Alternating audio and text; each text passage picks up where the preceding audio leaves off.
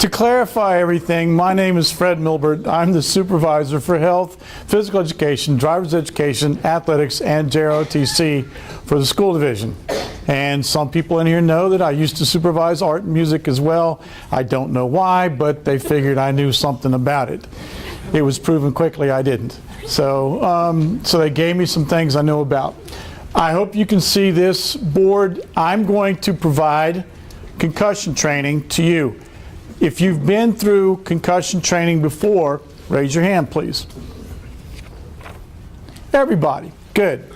Now, my next question is going to be, how many of you have been through it with me?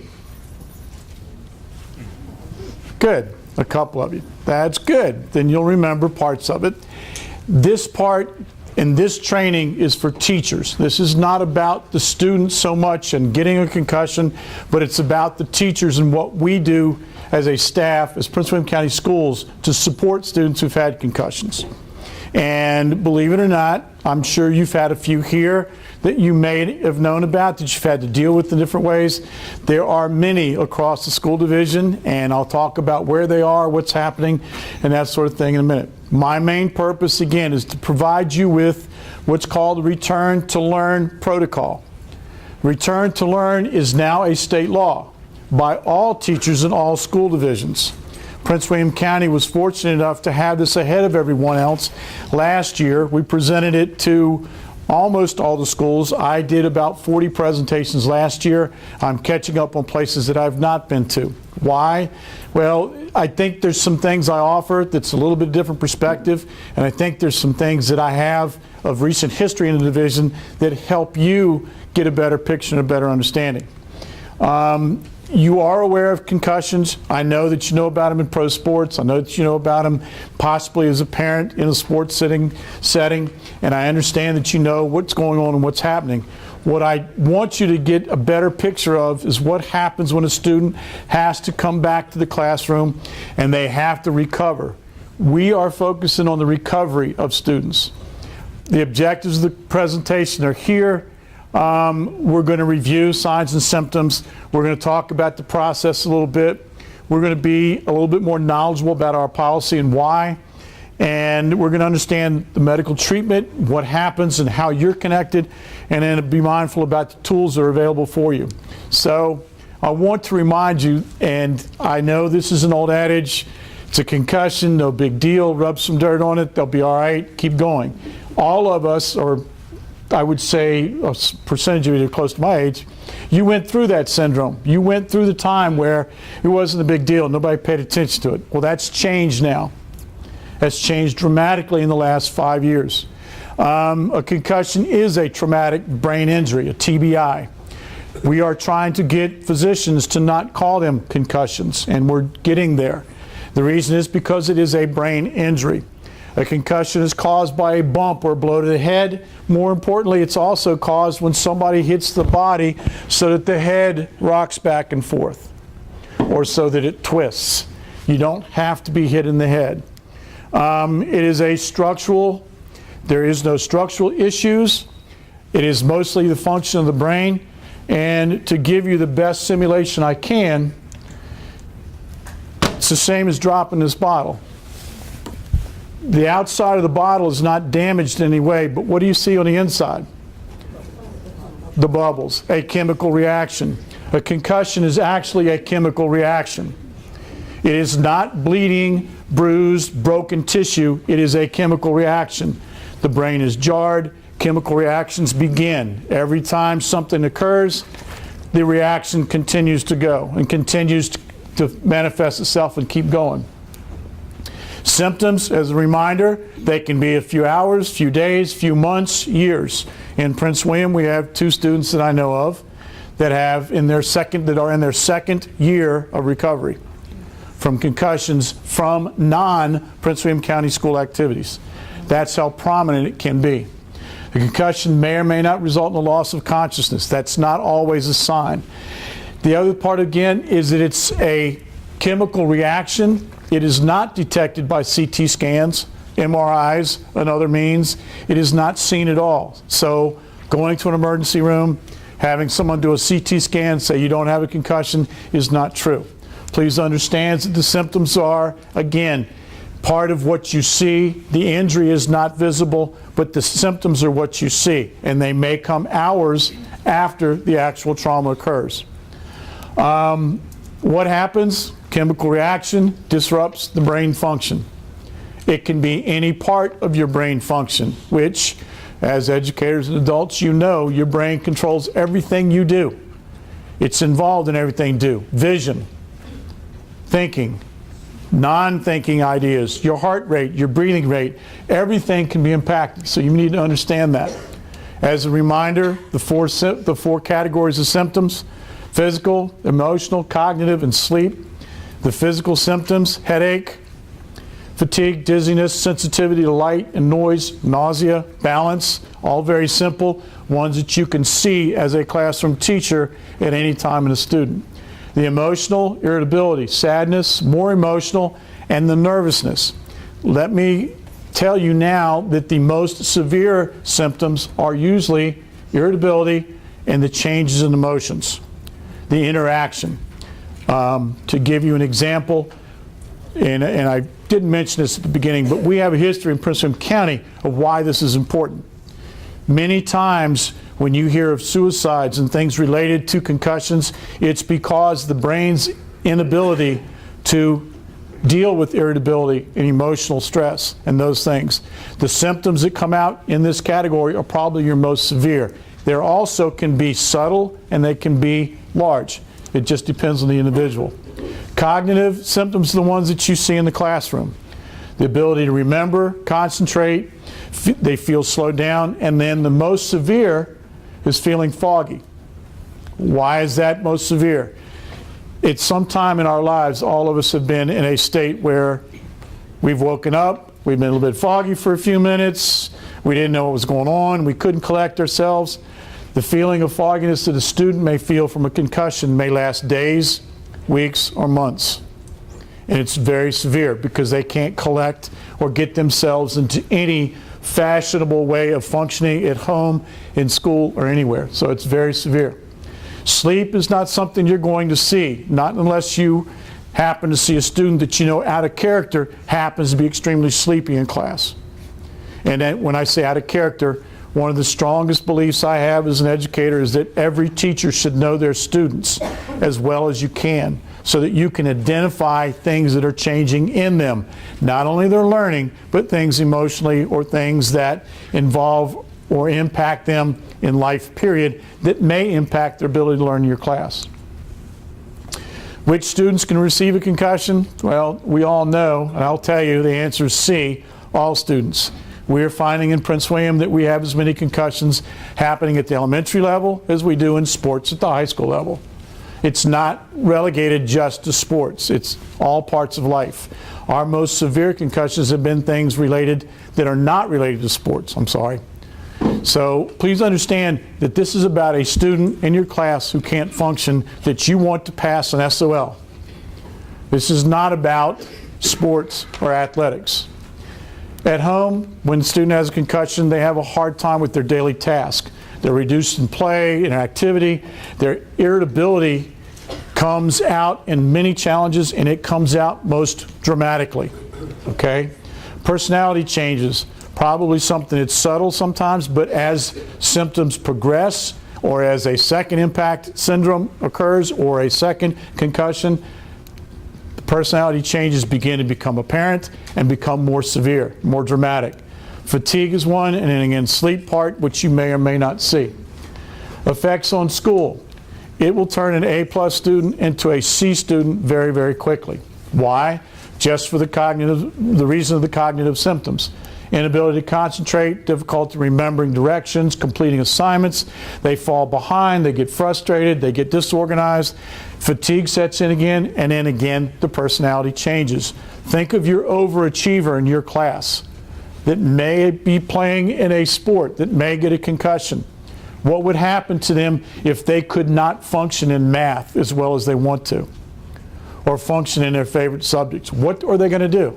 They're going to become very anxious, they're going to become very excitable, and they're going to have a difficult time. And every time that occurs, the symptoms continue to start and they continue on.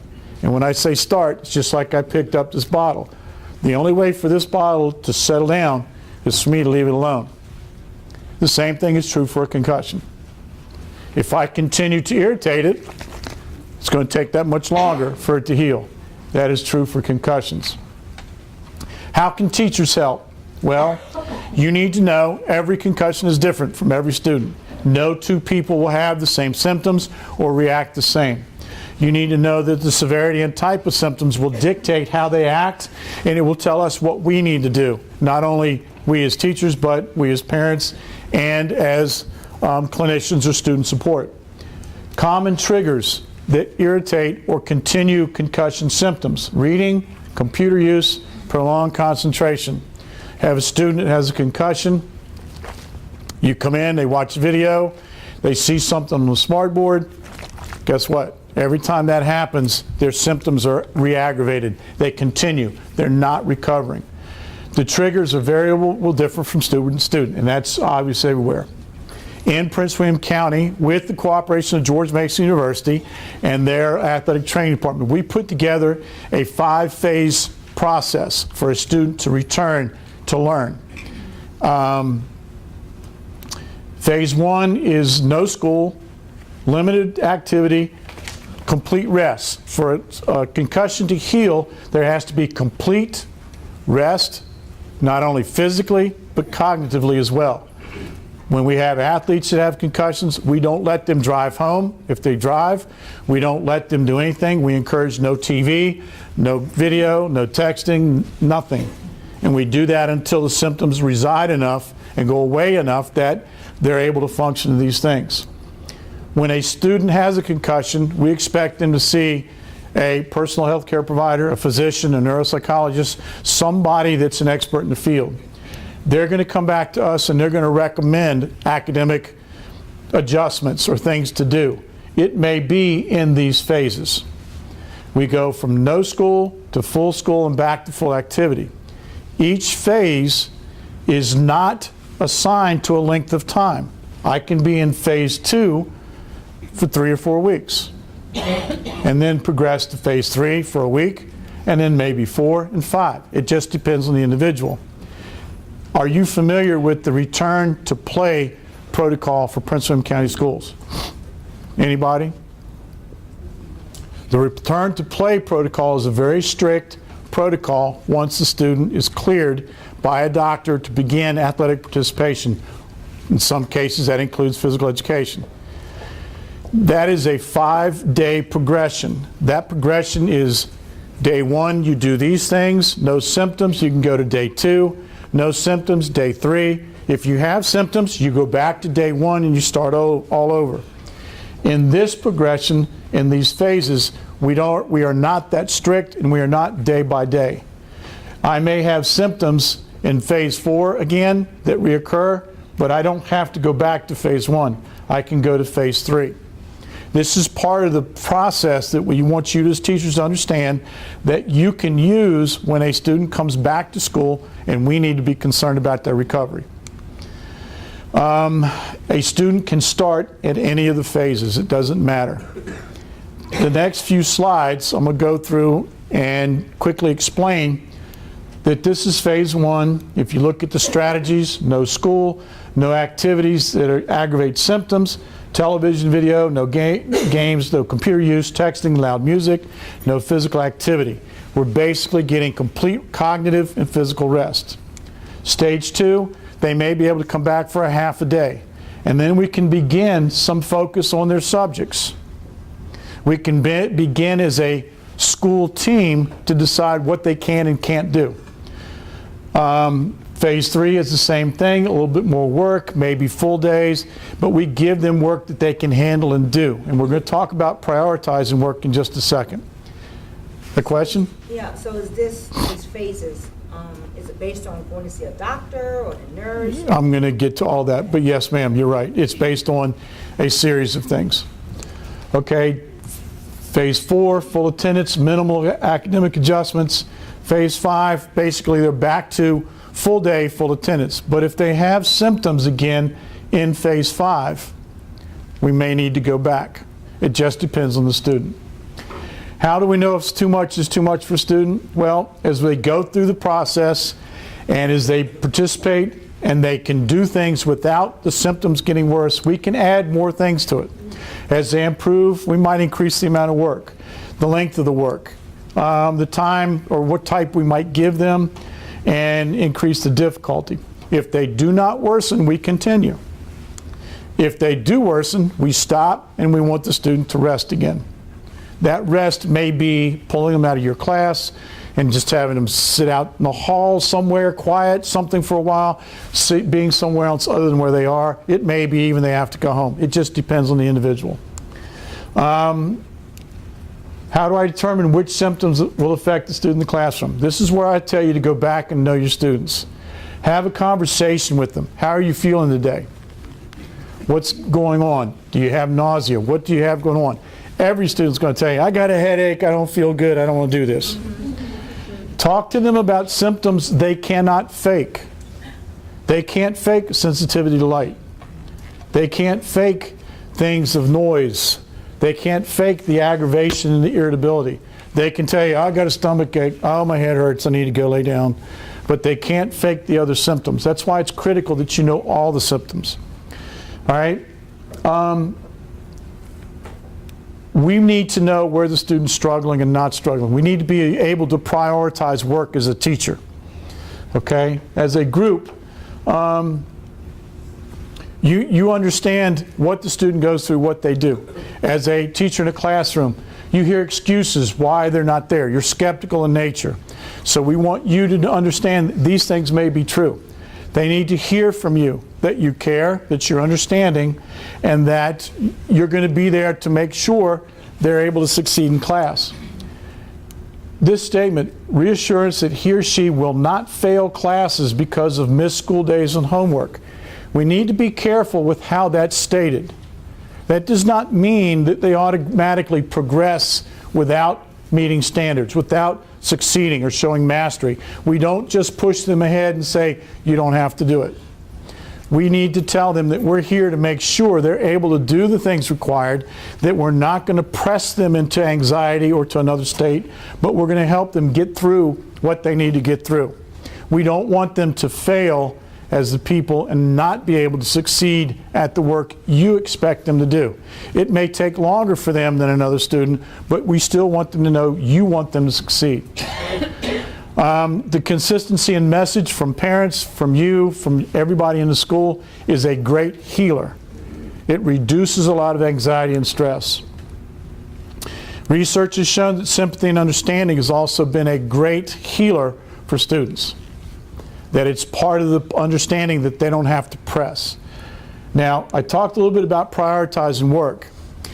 When we have a student that's concussed, we got to ask, what's the best thing for them? Do I give them the toughest math question right away? Do I give them the hardest thing to do? The answer is no.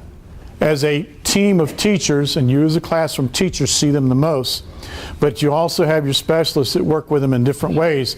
As a team, you may want to make sure they have the easiest work to do first. Something that creates the less anxious moments for them, that doesn't put them through the process of, I can't get my work done. There is a middle school student that suffered a concussion. He was an excellent math student. When he got through his symptoms and got back into class partially, he could not get to the high level of math and do that as well as he wanted to do it. His teachers worked with him, they were patient with him, put him through the plan. He still never got there. After many months, he's still not back at the level of math that he was. Think how frustrated that student could be to not be where he was. What can I do as a teacher to help him progress and to reduce that type of anxiety? It does happen. And the greatest adjutant of concussion symptoms is anxiety and the stress in relationships and the things they have to do in school. When there's a half day involved, you may have to look at the half day they come. It may be because you do math in the afternoon or language arts in the morning. You may have to develop a custom schedule to meet those kinds of things to help that student. What's the best thing for them to do? Beyond school activities, involvement in band and choir, physical activity, movies in schools, computer use in classes, cafeteria, loud buses, dances, pep rallies, assemblies, your woodworking and your auto mechanic shop you have here. Okay, just seeing if you're listening.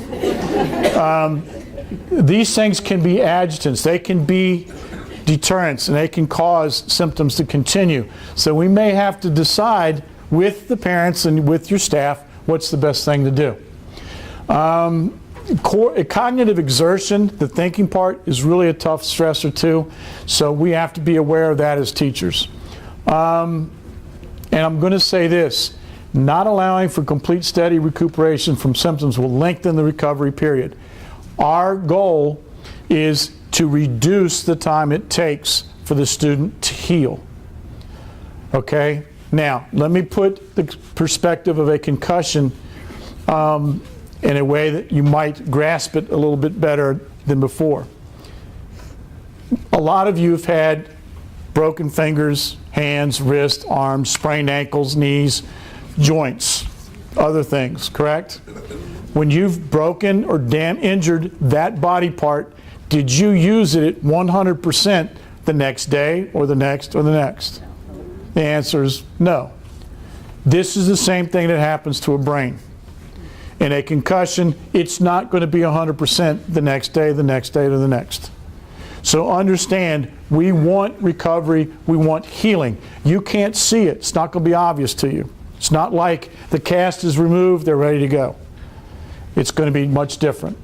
So, to help with the recovery and to help you understand, we've provided this tool that I'm about to show you. We have a scenario where one of our 9th grade students gets hit in the head during participation in what else? Physical education. He informed the physical education teacher and was seen by his pediatrician later in the day. The pediatrician recommends both cognitive and physical rest until most symptoms go away. The student returns to school 2 days later after the incident, but he remains complaining of light and noise sensitivity, one of the symptoms. On the paper that I left on the table for you, if you have it, if you will open it up and find the symptom of light and noise sensitivity.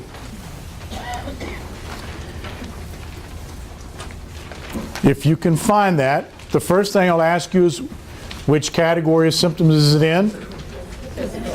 Physical. I think I'm out of them. I did not properly anticipate.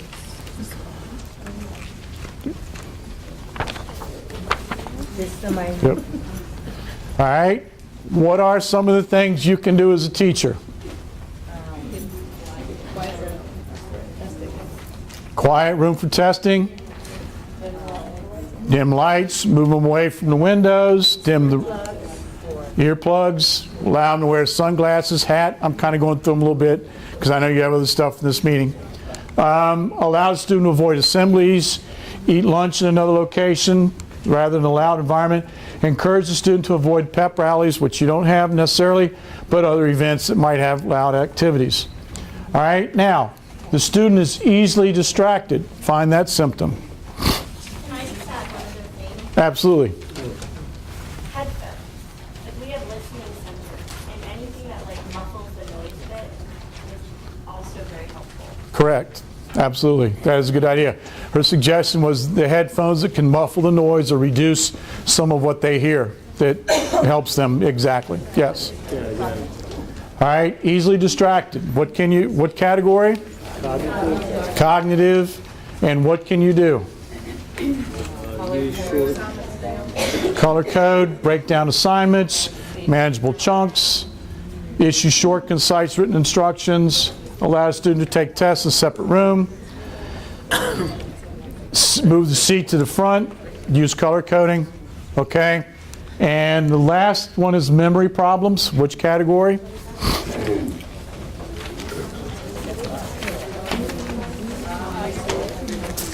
Category? Cognitive again. Things you can do, provide notes to the student, allow the use of tape recorder or lectures, fact sheets, reduce the demand on memory, multiple choice open book test, and help them find ways to rehearse the information. what we've provided you is a list of strategies that are connected directly to symptoms that you see. This is available to you, obviously in hard copy that I've given you, but I'm going to leave it so you can put it on your school shared drive so that it's always there, as well as I will leave the PowerPoint for the same reason. Okay? Now, once we've got this part and we understand that, again, I want to go back to one part. How do you know that the symptoms are getting worse? They cannot fake irritability. They cannot fake their lack of attention pay and concentration, their emotions. Those are things they can't fake. They can tell you the headache and the stomach again, but not these things. One thing you may find is increased forgetfulness and repeating themselves. Okay?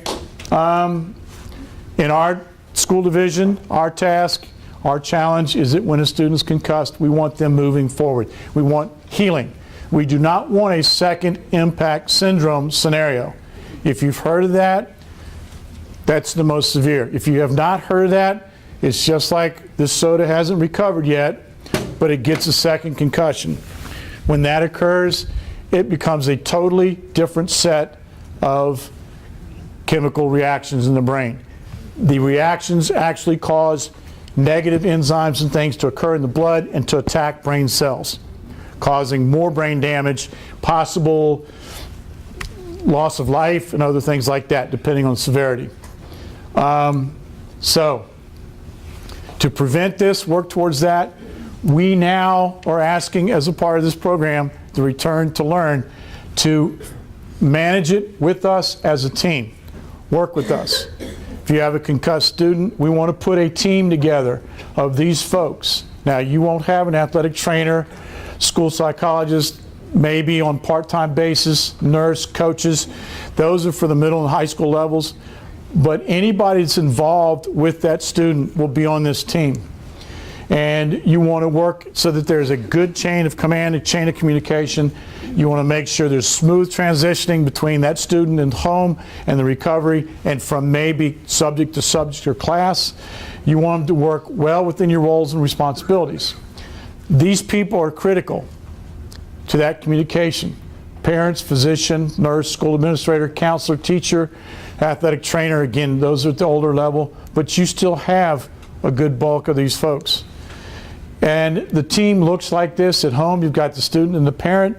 You've got your administrator, teachers, counselors. All of these folks are part of this team. Do you designate this team right away and say, we've got it together? No. You wait till the need comes up. You involve those people that have to be involved. Do you meet once a week, twice a week?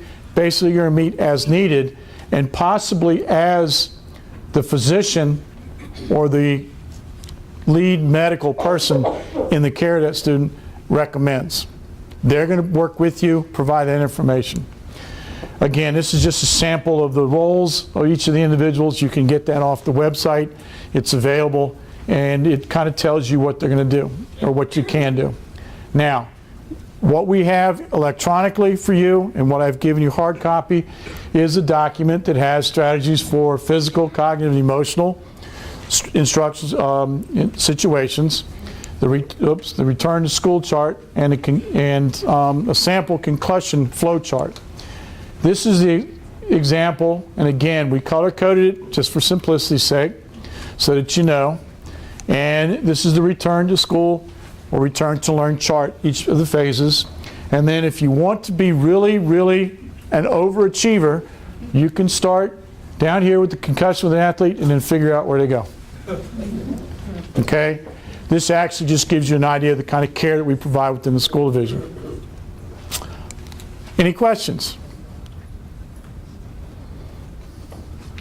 I have a question. Yes, ma'am. As far as SOL testing, is that student allowed to have any accommodations, like being in a silent room or? Being in a room, quiet, away from other disturbances, possibly. But I'll be honest with you, if they have a concussion, chances are you do not want them to take that SOL test. Actually, there is an option. Yes, that's a good point. You cannot be selective about who you hit. No. Actually, Actually, there is that option. Okay. You do have that option, and we recommend, and again, it's going to depend on the severity and all. So, good question. Anybody else? No other questions? You're going to let me get away? Well, and this has to do with high school and the rigor involved in Sure. IB and AP coursework. I don't know how you can alleviate the stress of a child who is committed to AP. Can they waive the testing time? I knew it used to be stringent when my kids went through it, but we didn't have any concussions to deal with. Fortunately, with IB and AP and those kinds of courses, yes, there's a test time at the end of that year. But let's say that the student's that severe, that the symptoms haven't gone, then we're not going to press the issue of doing it right then. They can make that up at another time. Okay? And yes, AP courses a lot of stress. That's why we've got to be, at the high school level, there's got to be a super amount of communication amongst all teachers, and you've got to be selective about what they have to do. We have quite a few cases like that right now. Other questions? Thank you, Rick. You're going to let me get away thinking I did that good? You have no questions? All right. Thank you.